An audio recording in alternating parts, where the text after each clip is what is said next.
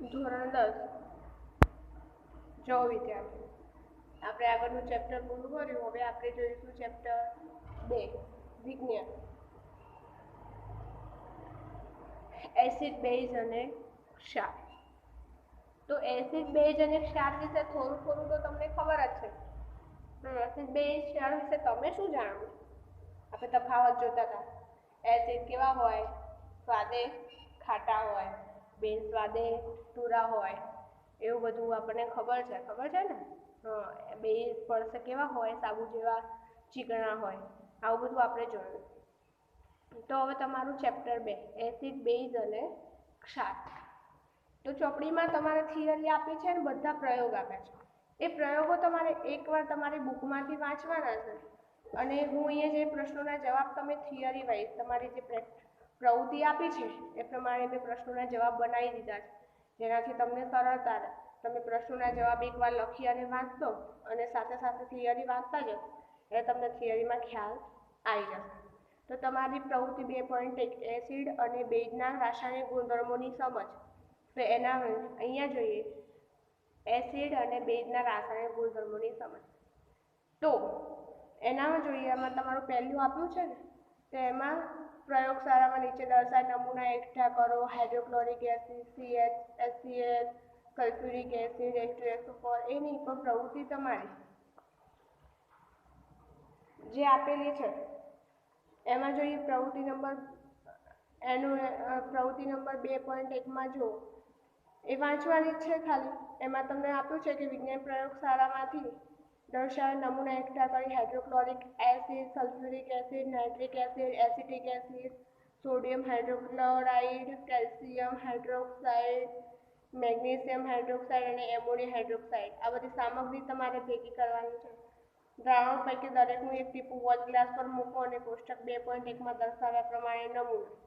જે કરવાની નથી. આપણે ડાયરેક્ટ ક્યાં જઈશું? તો પ્રવૃત્તિ 2.3 પર, જેમાં આપ્યું છે કે એસિડ અને બેઝ ધાતુઓ સાથે કેવી રીતે પ્રક્રિયા કરે છે. તો એમાં જો આકૃતિ તમને આપી છે નીચે, એ આકૃતિને પહેલા જુઓ. સ્ટેન્ડ, કસનરી, સલ્ફ્યુરિક એસિડ, દાણાદાર ઝીંક, પેજ નંબર 19 ઉપર છે. એમાં જોજો આકૃતિ આપી છે. હા, તો એમાં પ્રવૃત્તિમાં કીધું છે કે શિક્ષણની મદદથી જરૂરી. તો આકૃતિ 2.1માં દર્શાવ્યા પ્રમાણે સાધનોની ગોઠવણી કરો. જો સાધનો તમને બધા ગોઠવીને જ આપે. એક કસનરીમાં આશરે 5 ml મધ સલ્ફ્યુરિક એસિડ લો અને તેમાં દાણાદાર ઝીંકના થોડા દાણા ઉમેરો. તમે દાણાદાર ઝીંકની સપાટી પર શું અવલોકન કરશો?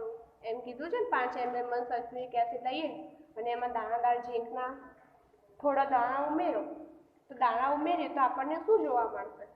તો પહેલો પ્રશ્ન, તો દાણા ઉમેરતા આપણે હાઇડ્રોજનના પરપોટા થતા જોવા મળે. પછી ઉત્પન્ન થતા વાયુને સાબુના દ્રાવણમાંથી પસાર કરો. બીજો, તો શું થશે? તો ઉત્પન્ન થયેલા વાયુને સાબુના દ્રાવણમાંથી પસાર કરતા H2SO4 સાથે પ્રક્રિયા કરે છે. હવે સાબુના દ્રાવણમાં પરપોટા શા માટે ઉદ્ભવે છે? તો H2SO4ના કારણે. પછી વાયુ ભરેલા પરપોટા નજીક સરકતી મીણબત્તી લઈ જાઓ તો શું થશે? તો વાયુ ભરેલા દ્રાવણમાં લઈ જાઓ તો તે H2 ધડાકા સાથે સળગે છે. તો તમે શું અવલોકન કર્યું આમાં? તો ધાતુ H2નું વિસ્થાપન કરે છે અને પ્રક્રિયા કરે છે અને H2 વાયુ મુક્ત કરે છે અને ક્ષાર બનાવે છે. શું અવલોકન કર્યું? તો ધાતુ H2નું વિસ્થાપન કરે છે એટલે કે અંદર સ્થાપે છે, પ્રક્રિયા કરે છે અને H2 વાયુ મુક્ત કરે છે અને ક્ષાર બનાવે છે. તો આથી આપણે પ્રવૃત્તિ 2.3.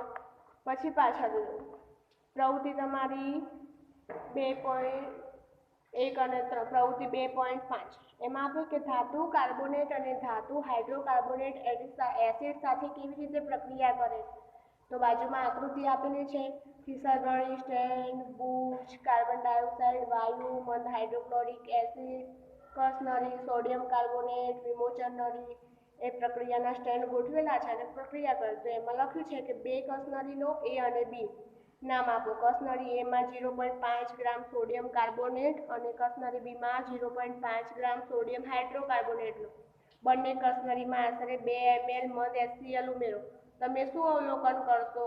તો આ જ પ્રવૃત્તિના બધા જ પ્રશ્નોના જવાબ મેં અહીંયા લખ્યા છે. તો જો આપણે એના ઉપર કે ધાતુ કાર્બોનેટ અને ધાતુ હાઇડ્રોકાર્બોનેટ એસિડ સાથે કેવી પ્રક્રિયા કરે, તો એમાં પહેલું સોડિયમ કાર્બોનેટ અથવા સોડિયમ હાઇડ્રોજન કાર્બોનેટ મંદ HCl સાથે કયો વાયુ ઉત્પન્ન કરે છે?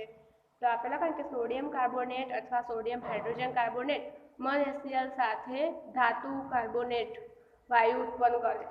પછી બીજું COH2 નું જાણીતું નામ, એનું નામ શું છે?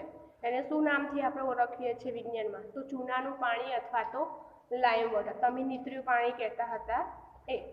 બીજું CaHCO3 ટ્વાઇસની પાણીમાં દ્રાવ્યતા કેવી છે? એ કેટલા પ્રમાણમાં ઓગળે છે? કેટલું ઓગળે છે? દ્રાવ્યતા એટલે ઓગળવું તો ખૂબ જ છે, તે મોટા ભાગે બધું જ ઓગળી જાય છે. ચોથું CaOH ટ્વાઇસમાં CO2 વાયુ પસાર કરતા શું મળે છે? તો CaOH2માં CO2 વાયુ પસાર કરતા CaCO3 ના સફેદ અવક્ષેપ મળે છે. તો આથી આપણે પ્રવૃત્તિ 2.5, તમે પ્રવૃત્તિ 2.5 વાંચી અને આટલા પ્રશ્નોના જવાબ કરશો એટલે તમને બધી સમજણ પડી જશે. એવી જ રીતે આપણે જઈએ પ્રવૃત્તિ 2.6 પર. તો જો એમાં પ્રવૃત્તિ 2.6માં શું છે? એસિડ બેઝ એકબીજા સાથે કેવી રીતે પ્રક્રિયા કરે છે?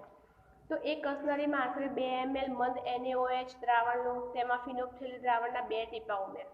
તો દ્રાવણનો રંગ કેવો? તમે જેવું જ 2 ml NaOH નું દ્રાવણ લો અને એમાં ફિનોક્સિલના દ્રાવણના 2 ટીપા ઉમેરશો તો તમને દ્રાવણનો રંગ કેવો જોવા મળશે? કોઈ ચેન્જ થાય છે? તો જો તો હા, એમાં ફેરફાર જોવા મળે છે.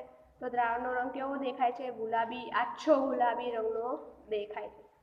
હવે ઉપરોક્ત દ્રાવણમાં ટીપે ટીપે મંદ HCl દ્રાવણ ઉમેરો અને પ્રક્રિયા મિશ્રણમાં કોઈ રંગ પરિવર્તન દેખાય છે? પહેલા ઉમેર્યું ફિનોક્સિલ, આપણને ગુલાબી રંગ દેખાયો. હવે આપણે શું ઉમેરીશું? HCl ટીપે ટીપે. તો આપણને એમાં કોઈ રંગ પરિવર્તન દેખાય છે? તો હા, કયું? તો HCl ઉમેરતા તેનો ગુલાબી રંગ ધીરે ધીરે શું થાય છે? દૂર થાય છે. હવે પ્રક્રિયા મિશ્રણમાં ધીરે ધીરે રંગ દૂર થાય. શા માટે? એસિડ ઉમેરવાથી ફિનોક્સિલનો રંગ બદલાય છે, કારણ કે ફિનોક્સિલિન એક સૂચક છે અને એસિડિક છે એટલે એનો રંગ દૂર થાય છે. હવે ઉપરોક્ત મિશ્રણમાં NaOHના થોડા ટીપા ઉમેરો, પાછું NaOH ઉમેરો તો શું ફિનોક્સિલિનનો ગુલાબી રંગ ફરીથી દેખાશે? હા. તો જેમ તમે NaOHના ટીપા થોડા થોડા અંતર ઉમેરતા જશો એમ NaOHના ગુલાબી રંગ જે ગાયબ થઈ ગયો હતો શું ઉમેરવાથી? HCl. તો એ પાછો આપણને મળશે. હવે પ્રવૃત્તિ 2.7 તમારી ધાત્વિય ઓક્સાઇડની એસિડ સાથેની પ્રક્રિયા. તો એક બીકરમાં થોડા પ્રમાણમાં કોપર ઓક્સાઇડ લો, તેમજ તેને હલાવતા રહી ધીરે ધીરે મંદ હાઇડ્રોક્લોરિક એસિડ ઉમેરો. દ્રાવણનો રંગ નોંધો અને કોપર ઓક્સાઇડનું શું થાય છે તે જો. તો જોઈએ એમાં તો કે કોપર ઓક્સાઇડના ભૂક્કાનો રંગ કેવો હોય? જે આપણને ઉમેરવાનું કીધું તો એનો રંગ કેવો હોય છે? કાળો. કોપર ઓક્સાઇડના ભૂક્કાનો રંગ કેવો હોય છે? કાળો. બીજું, કોપર ઓક્સાઇડમાં મંદ હાઇડ્રોક્લોરિક એસિડ ઉમેરતા દ્રાવણનો રંગ કેવો થાય છે? હવે એમાં મંદ હાઇડ્રોક્લોરિક એસિડ ઉમેરવાનું કીધું, તમારી પ્રવૃત્તિ 2.6 બ્લુ કલરનું ખાનું આપ્યું છે એમાં લખ્યું છે. તો એ ઉમેરતા કેવો થાય છે? વાદળી અથવા તો લીલો. ત્રીજું, દ્રાવણનો રંગ વાદળી લીલો થવાનું કારણ શું? કાળો રંગ કોપર ઓક્સાઇડ ઉમેર્યું તો એનો રંગ બદલાઈ ગયો, રંગ બદલાઈ અને કેવું થઈ ગયું? વાદળી અને લીલો. તો એ કેમ બદલાયો? તો દ્રાવણનો રંગ બદલાવાનું કારણ એ છે કે દ્રાવણમાં ઉત્પન્ન થતો કોપર ક્લોરાઇડ, જ્યારે એમાં કોપર ઓક્સાઇડ ઉમેરવામાં આવે છે ત્યારે તે પ્રક્રિયા કરી અને કોપર ક્લોરાઇડ બને છે. ચોથું, કોપર ક્લોરાઇડનું અણુસૂત્ર શું છે? તો કોપર ક્લોરાઇડનું અણુસૂત્ર CuCl2. પાંચમો, ધાતુ ઓક્સાઇડ અને મંદ એસિડ વચ્ચે થતી પ્રક્રિયાનું સામાન્ય સમીકરણ આપો. તો સમીકરણ, તો ધાતુ ઓક્સાઇડ છે એમાં એસિડ ઉમેરવામાં આવે છે અને ધાતુ ઓક્સાઇડ એસિડ સાથે પ્રક્રિયા કરી અને ક્ષાર અને પાણી બનાવે છે. આપણને પ્રક્રિયાને અંતે ક્ષાર અને પાણી પાછા મળે છે.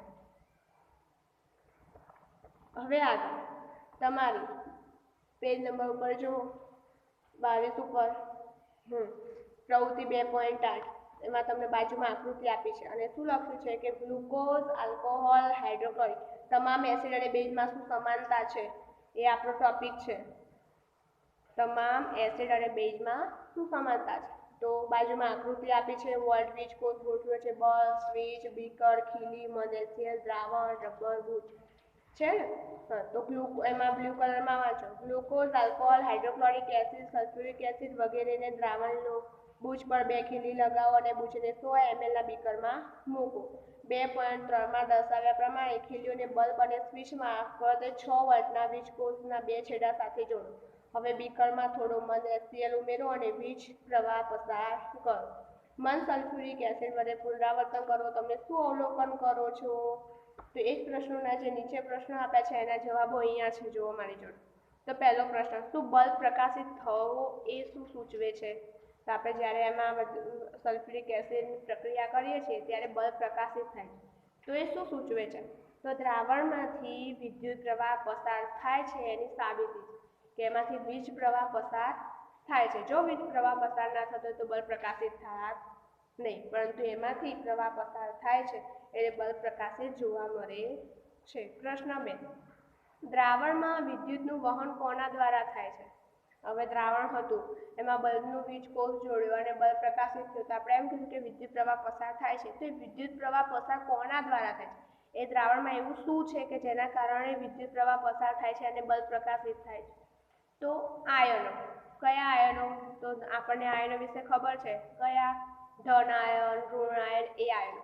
જેમાં આયનો રહેલા હોય છે જેના કારણે વીજ પ્રવાહ પસાર થતો હોય છે. તો દ્રાવણ વિદ્યુતનું વહન કોના દ્વારા થાય છે? તો દ્રાવણમાં વિદ્યુતનું વહન આયનો દ્વારા થાય છે. જો ત્રીજો પ્રશ્ન, એસિડ અને બેઝ ગુણધર્મો માટે જવાબદાર આયનો કયા છે? આપણે કીધું કે ધન આયન, ઋણ આયન. ધન આયન, ઋણ આયન, પણ કયા? તો H+ અને OH- આયન. તો એસિડ અને બેઝ ગુણધર્મો માટે જવાબદાર આયનો H+ અને OH- આયનો છે.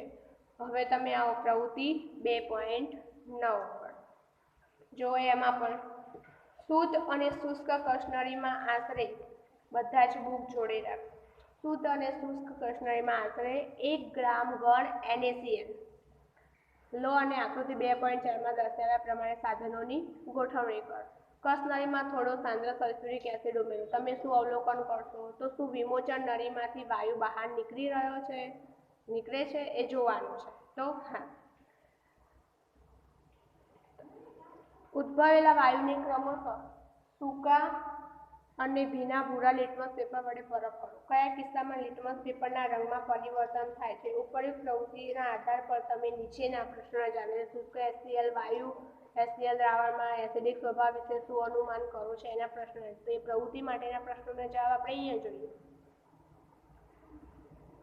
એસિડ અથવા બેઝનું પાણીમાં દ્રાવણને શું થાય છે? તો પાણીની ગેરહાજરીમાં HClના અણુમાંથી H+ આયનનું અલગીકરણ થાય છે કે એટલે શું? ઓક્સિજન એટલે કે HCl હાઇડ્રોક્લોરિક એસિડની હાજરીમાં અણુ અથવા એની ગેરહાજરીમાં જો એ હાજર ના હોય તો એમાંથી બધા આયનો પ્લસ અને ઋણ 2 આયનો રહેલા છે એટલે એમાંથી H+ આયન છૂટા પડે છે એવું પૂછ્યું. તો ના, HClની ગેરહાજરીમાં H+ આયન છૂટો પડતો નથી.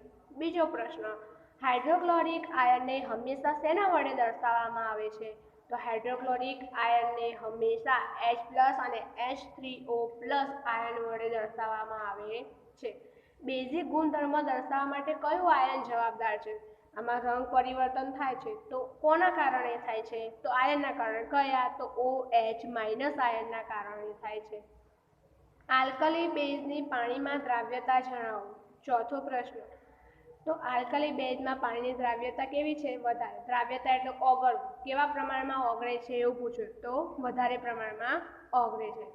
આલ્કલી બેઝની 2 ઉદાહરણ કયા કયા? તો NaOH અને KOH. બેઝના ગુણધર્મો. બેઝ કેવા હોય છે? તો કે સ્પર્શે ચીકણા સાબુ જેવા અને સ્વાદે કડવા અને ક્ષારીય હોય છે. તો આ થઈ આપણી પ્રવૃત્તિ 2.9. હવે જોઈએ પ્રવૃત્તિ 2.10. એક બીકરમાં 10 ml પાણી લો, તેમાં થોડા ટીપા સાંદ્ર H2SO4 ઉમેરો અને બીકરને ધીમે ધીમે ગોળ ગોળ ફેરવો. બીકરના તળિયાને સ્પર્શ કરો. શું તાપમાનમાં કોઈ ફેરફાર થાય છે? શું તે ઉષ્માક્ષેપક છે કે ઉષ્મા શોષક? અને ઉપર પ્રવૃત્તિ તો શું થશે? તાપમાનમાં ફેરફાર થશે? તો હા, તાપમાનમાં ફેરફાર જોવા મળે છે. ઉષ્માક્ષેપક છે કે ઉષ્મા શોષક? તો ઉષ્મા શોષક. ઉપયોગ પ્રવૃત્તિ સોડિયમ હાઇડ્રોક્સાઇડની નાની ગોળીઓ સાથે પુનરાવર્તન કરો અને તમારા અવલોકનો નોંધો. તો ગોળીઓની શીશી પરના ચેતવણી સંકેત પર નજર કરો. એસિડ અથવા બેઝને પાણી સાથે મિશ્ર કરતા એકદમ કડ દીઠ આયનોની સાંદ્રતામાં ઘટાડો થાય અને આ પ્રક્રિયા મંદ કહે છે અને એસિડ અથવા બેઝને મંદ એસિડ અથવા મંદ બેઝ કહી શકાય છે. તો આપણે અહીંયા તમારી પ્રવૃત્તિ 2.10 પેજ નંબર તમારે ચોપડીમાં 24 સુધી ચેપ્ટર પૂર્ણ કર્યું અને આવતું ચેપ્ટર જે છે એસિડ અથવા બેઝ દ્રાવણો કેટલા પ્રબળ છે એના વિશે આપણે આગળના પીરિયડમાં વાત કરીશું. અત્યાર સુધી મેં બુકમાં તમને જેટલા પણ પ્રશ્નો છે એ બધા જ પ્રશ્નોને પ્રશ્નોના જવાબ તમારે વિજ્ઞાનની નોટમાં લખવાના છે અને પ્રશ્નો અને થિયરી જોડે પ્રશ્નો જ્યારે પણ તમે લખો અને વાંચો ત્યારે જોડે જોડે બુક જોડે રાખી અને ચોપડીની થિયરી છે, પ્રવૃત્તિઓ છે વાંચતા જજો, જેના કારણે તમને એમાં ખબર પડશે. જો પ્રશ્નો અને થિયરી તમે જોડે વાંચશો તો તમને ખબર પડશે, નહીં તો ખબર પડશે નહીં. એટલે બધા જ આ પ્રશ્નોના જવાબ ફરજિયાત વિજ્ઞાનની નોટમાં તમારે લખવાના અને આગળનું ચેપ્ટર આપણે આવતા લેક્ચરમાં જોઈશું.